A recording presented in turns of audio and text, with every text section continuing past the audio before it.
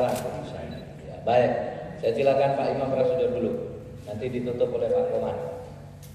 Baik, terima kasih. Assalamualaikum warahmatullahi wabarakatuh. Jadi Mas Budiman, Arief Budiman dan teman-teman di KPU, saya teringat tahun 2002 dulu waktu masih kantor di sini.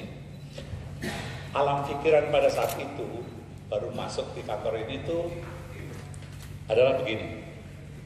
Gimana caranya menjadi penyelenggara pemilihan umum yang bisa dipercaya? Singkat cerita, dua hal penting yang bisa dilihat yang membuat sebuah lembaga seperti KPU itu bisa dipercaya. Tadi Pak Dilon mengatakan integritas. Kalau dijabarkan ada tiga, Mas, yang waktu itu kalau tidak salah kita diskusi panjang yang walaupun tidak seluruhnya berhasil. Pertama, untuk membangun integritas, lembaga ini harus betul-betul jujur. Bagaimana caranya? Jangan sampai ada unsur-unsur di dalam lembaga ini yang melakukan kecurangan. Jujur itu yang paling penting.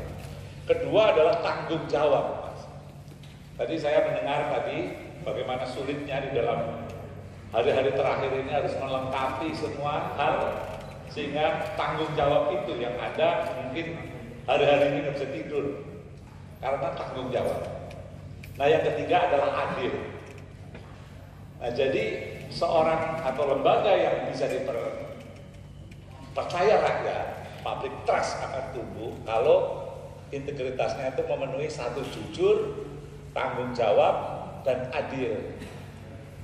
Nah, tapi integritas yang tinggi itu juga belum tentu otomatis bisa dipercaya rakyat. Karena ada satu syarat lagi, yaitu kapasitas. Saya bisa bayangkan kalau Mas Arief ini jujur, tanggung jawab, adil, tapi bodoh. Saya yakin juga nggak bisa dipercaya masyarakat. Oleh karena itu harus skillful, harus mampu untuk mengatasi masalah-masalah teknis. Dengan demikian saya yakin seluruh jajaran dengan tentu nggak mungkin masalah yang begini kompleks hanya KPU. Oleh karena itu kami semua, termasuk mantan-mantan ini, dengan senang hati membantu. Dan saya kira kita sering telepon-teleponan di dalam banyak hal. Karena apa? Saya tahu banget untuk mendapatkan public trust itu sangat tidak mudah di era seperti sekarang.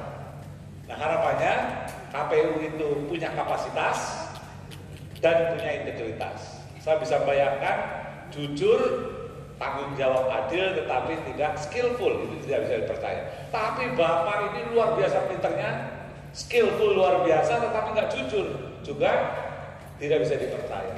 Sesial-sialnya anggota KPU atau lembaga KPU kalau sudah nggak jujur, bodoh. Nah, ini yang saya yakin tidak terjadi seperti ini.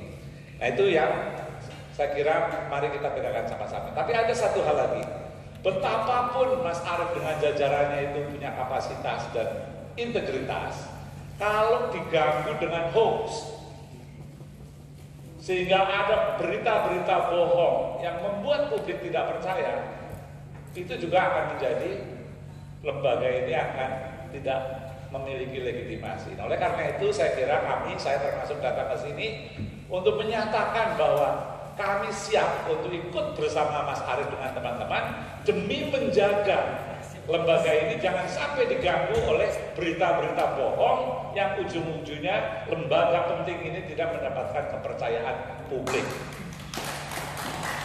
Yang terakhir, Mas, saya sih berharap setelah nanti pemilu siapapun hasilnya, tidak ada satupun anggota KPU yang mundur kemudian menjadi pejabat publik atau menjadi anggota partai. Karena kalau itu terjadi, orang bisa berpikir jangan-jangan misalnya ada yang masuk partai A, B sebelum ini Anda itu selesai masa jabatannya. Bahkan kalau nanti selesai sekalipun, jangan mau ditawarin jadi menteri. Kalau itu terjadi, lagi-lagi orang bisa curiga jangan-jangan hasil pemilu ini menjadi tidak legitimate gara-gara Anda mungkin secara tersembunyi ditawari oleh siapapun nanti pemenangnya menjadi bagian dari pejabat-pejabat itu. Saya tidak tahu apakah itu ada aturannya atau tidak, tapi saya betul-betul berharap Mas Arief jangan mau tergiur oleh siapapun yang misalnya Anda jadi menteri apapun.